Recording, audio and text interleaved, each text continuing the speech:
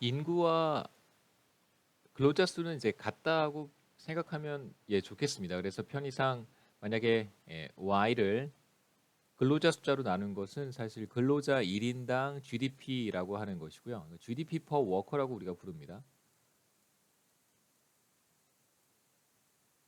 실제로 경제 전체의 근로자 숫자는 대략 높은 국가는 뭐 한 75%, 전체 국민 가운데 한 75%가 일을 하는 사람이다 이렇게 볼 수 있고요.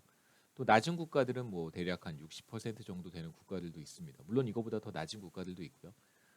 그래서 사실 만약에 L을 우리가 워커라고 생각을 하고 나누어 주면 분모가 인구보다는 적잖아요. 그러니까 근로자 숫자는 전체 인구의 70 적게는 60%에서 많게는 한 75%에 불과하기 때문에 실제로 GDP를 인구가 아니라 예, 근로자 숫자, 노동자 숫자로 나누게 되면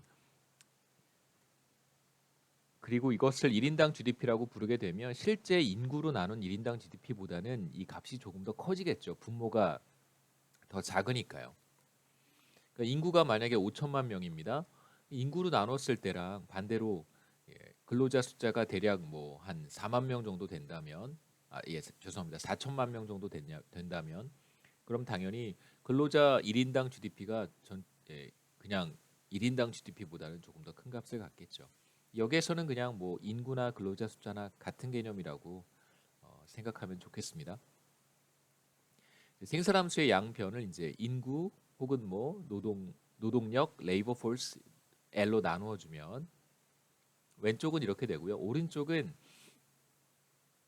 제가 이런 계산을 한 겁니다. 오른쪽은 AK의 알파 L의 1 마이너스 알파를 이렇게 L로 나눠준 것인데요. 이제 L을 이렇게도 쓸 수 있잖아요.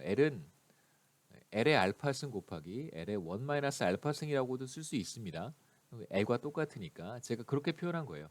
똑같이 L로 나눴는데 자 L을 L의 알파승 L의 1 마이너스 알파승으로 표현을 했습니다. 자 보시면 이제 승수가 같은 것끼리 이렇게 묶을 수 있어요. 이렇게 묶어줄 수 있습니다. 자 그러면 이쪽은 분자와 분모가 같기 때문에 없어지고요. 자, 남는 것은 K의 알파승 나누기 L의 알파승인데 승수가 같으면 예를 들어서 K의 알파승과 L의 알파승은 이렇게 쓸 수도 있죠. 분수를 먼저 쓰고 승수를 나중에 해도 괜찮습니다. 승수가 같으니까요. 그렇게 해서 표현한 것이 바로 1인당 GDP는 A 곱하기 생산성입니다. K 나누기 L의 알파승과 같다라고 쓸 수 있고 이제 앞으로 전체 GDP를 인구로 나눈 것을 우리가 1인당 GDP라고 정의하고요. 편의상 small y라고 쓰겠습니다. small y라고 제가 쓰면 뭐 특별히 언급하지 않는다면 small y는 1인당 GDP와 같고 그 다음에 small k를 경제 전체의 자본 스탁을 노동으로 나눈 것이다 이렇게 생각하시고요. 그래서 제가 특별히 언급하지 않는다면 small k는 1인당 자본 스탁을 가리키고요. large k는 경제 전체의 자본 스탁을 가리킨다 이렇게 생각하시면 되겠습니다. 그래서 우리가 생산함수를 이렇게 다시 쓸 수 있겠죠. So, small y는 뭐와 같냐면 생산성 곱하기 small k의 알파승 이렇게도 쓸 수 있습니다. 자, 그래서 앞의 식과 처음에 우리가 가정했던 컵더글러스 생산함수와 지금 우리가 1인당 변수로 표현한 식 사이에 이제 어떤 관계가 있는지 한번 이렇게 비교해 보겠습니다.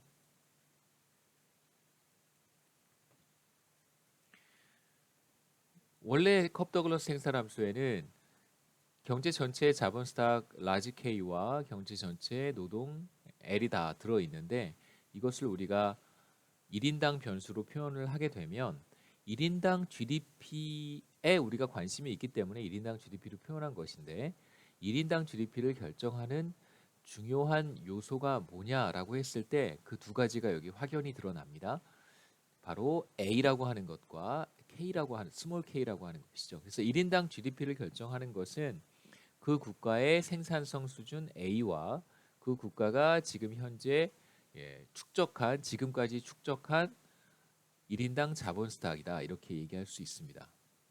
지금까지 축적한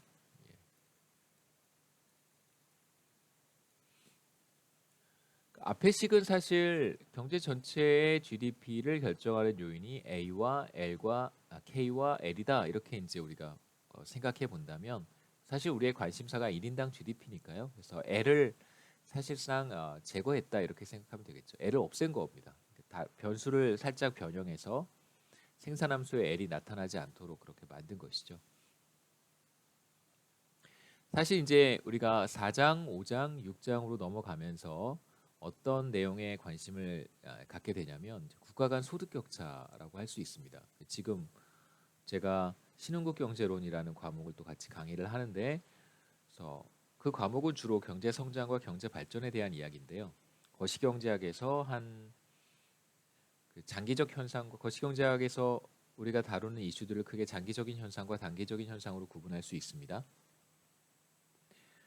장기적인 현상이 바로 경제 성장인데 우리가 이번 학기 거시경제학에서는 전반부에서 이제 장기적인 현상으로서의 경제 성장을 이제 한 5주에서 6주 정도 보려고 합니다. 자, 왜 어떤 나라는 스몰 y 1인당 GDP가 높고 어떤 나라는 1인당 GDP가 낮을까? 자, 한번 보시면 생산함수 그대로 한번 보시죠.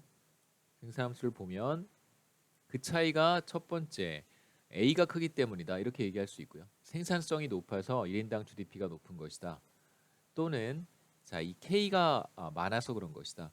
1인당 자본수다 K가 더 크기 때문이다. 이렇게 말할 수도 있고요. 또 이 둘 다 높아서 그럴 수도 있겠죠. 생산성 A와 1인당 자본수다 K가 모두 크기 때문이다. 이 세 가지 우리가 다 생각해 볼 수 있습니다. 여기에서 이제 알파가 하나 또 등장은 해요. 그렇죠? 근데 알파는 국가마다 차이가 조금씩은 있는데 대략 우리가 3분의 1 정도 가정하면 되겠습니다. 우리 앞에서 봤듯이 알파는 캐피탈 쉐어고요. 경제 전체 생산한 것 중에서 자본이 가져가는 몫이 대략 3분의 1이다. 이렇게 생각하시면 되겠습니다.